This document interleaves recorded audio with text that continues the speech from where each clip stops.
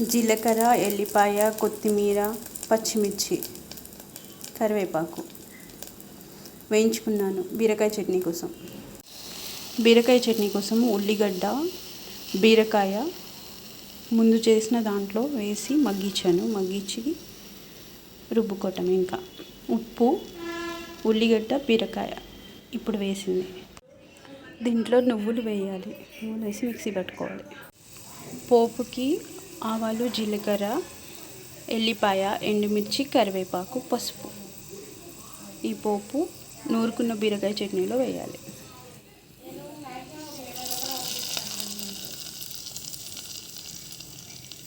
ఊతప్పం.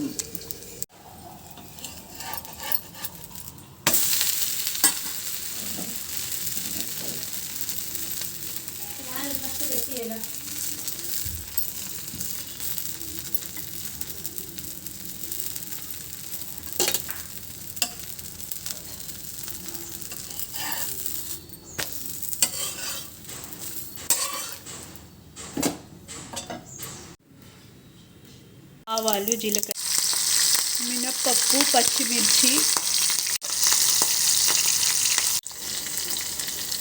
కరివేపాకు, ఉప్పు, కొన్ని నువ్వులు పోపుకు వేసి పులిహోర, నిమ్మకాయ పులిహోరకి అంతే. ఇంకా ఎండుమిర్చి, ఉప్పు, సరిపడంత ఉప్పు వేసుకోవాలి. పల్లీలు కావాలంటే వేసుకోవచ్చు, నేను పల్లీలు వేయను. నిమ్మరసం వడగట్టి పెట్టుకున్నాను. దీంట్లో ఇప్పుడే నిమ్మరసం వేసిన తర్వాత ఉప్పు, రుచికి సరిపడంత ఉప్పు,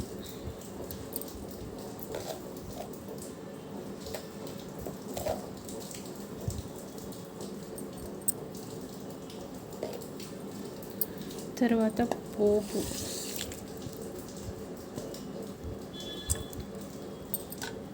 వేసి మంచిగా కలుపుకోవాలి. తర్వాత చూపిస్తాం. పులుపుని బట్టి నిమ్మరసం కలుపుకోవాలి. నిమ్మరసము బాగుంటేనే బాగుంటుంది. ఒక్క గ్లాస్కి కంపల్సరీ ఒక నిమ్మకాయ పడుతుంది. 1 స్పూన్ ఉప్పు పడుతుంది. అంటే మీకు చూసుకుంటూ వేసుకోవాలి. నేను చెప్పిన దాన్ని ఫాలో అవుతే కొంచెం అటు ఇటు కావచ్చు, చూస్తూ చేసుకోండి. నాకు తెలిసింది నేను చెప్పాను.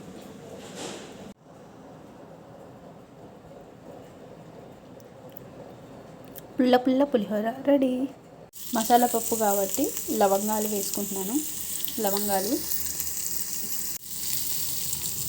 తర్వాత పప్పు వేసేసుకోవాలి.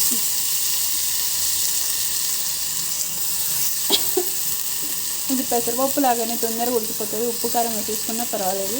టమాటా వేసుకోవచ్చు. కొంచెం గరం మసాలా వేస్తాను. మసాలా పప్పు కాబట్టి మేమైతే ఇలా చేస్తాం.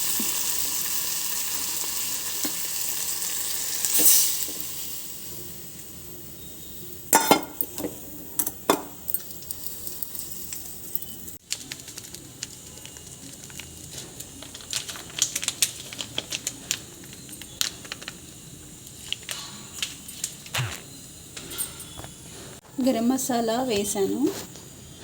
ఉప్పు, కొంచెం కారం తక్కువ వేసుకోవాలి. చాలా కారం అవుతుంది ఎక్కువ వేస్తుంటే, కొంచెం తక్కువ వేసుకోవాలి. కొంచెమే వేసుకోవాలి కారం. ఓకే, ఉడకగానే ఇంకా పప్పు రెడీ. ఓకే మరి ఉంటాను, బాయ్. పప్పు రెడీ అయిపోయిందండి. కొత్తిమీర కూడా వేసేసాను.